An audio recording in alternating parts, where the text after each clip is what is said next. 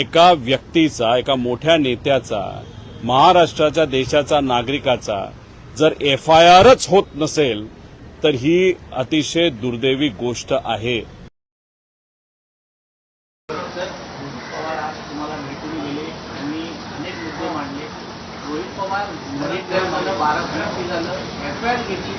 काय मला त्यांनी येऊन सगळ्या गोष्टी सांगितल्या आता इथे.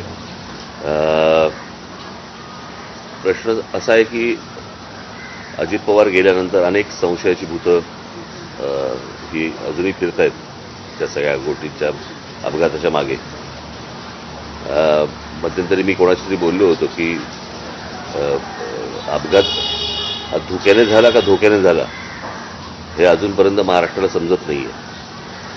आणि अशा सगळ्या परिस्थितीमध्ये त्यांनी मला येऊन सगळ्या त्या टेक्निकल गोष्टी सांगितल्या ज्या त्यांनी पत्रकार परिषदेमध्ये पण सांगितल्या होत्या. मला त्या सगळ्या त्यांच्या बोलण्यातनं मला फक्त एकच गोष्ट जाणवली आणि ती म्हणजे त्यांनी 3 ठिकाणी FIR करण्याचा प्रयत्न केला आणि 3 ठिकाणी FIR करण्याचा प्रयत्न केल्यानंतर 3ही ठिकाणी सरकारकडनं FIR घेतले गेले नाहीत. म्हणजे त्या पोलीस स्टेशनला सांगितलं गेलं की ते FIR घ्यायची नाहीत.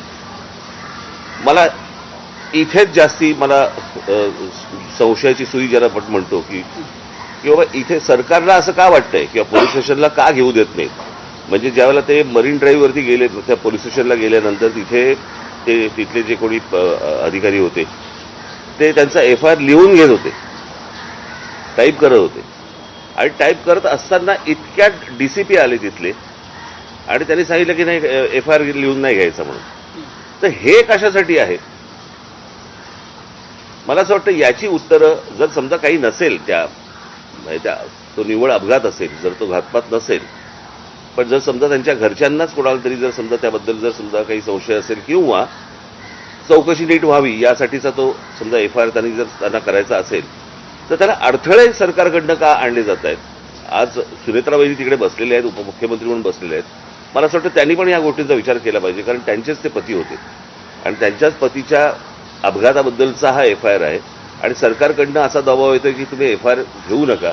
मला यातलं काही राजकारण मला काही माहिती नाही की नक्की काय चालू आहे ते, पण FIR करताना ज्या वेळेला अडथळे आणले जातात म्हणजे ज्या राज्यामध्ये सांगितलं गेलं की तुम्ही कोणीही FIR नोंदवू शकता आणि नोंदवू शकता म्हटल्यानंतर जर समजा FIR नोंदवायला गेलेल्या माणसाला जर तुम्ही अडथळे आणत असाल तर काही काळबेरा आहे का याच्या मागे असा संशय निर्माण होतोच ना.